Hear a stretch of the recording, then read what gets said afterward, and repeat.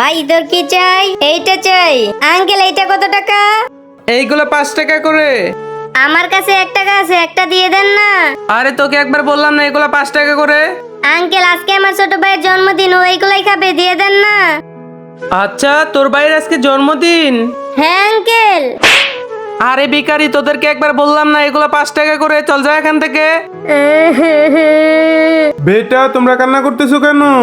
Uncle আমরা ওই দোকানে গেছি, ওই আঙ্কেল আমাদের সাথে। চলো আমার সাথে ওই দোকানে।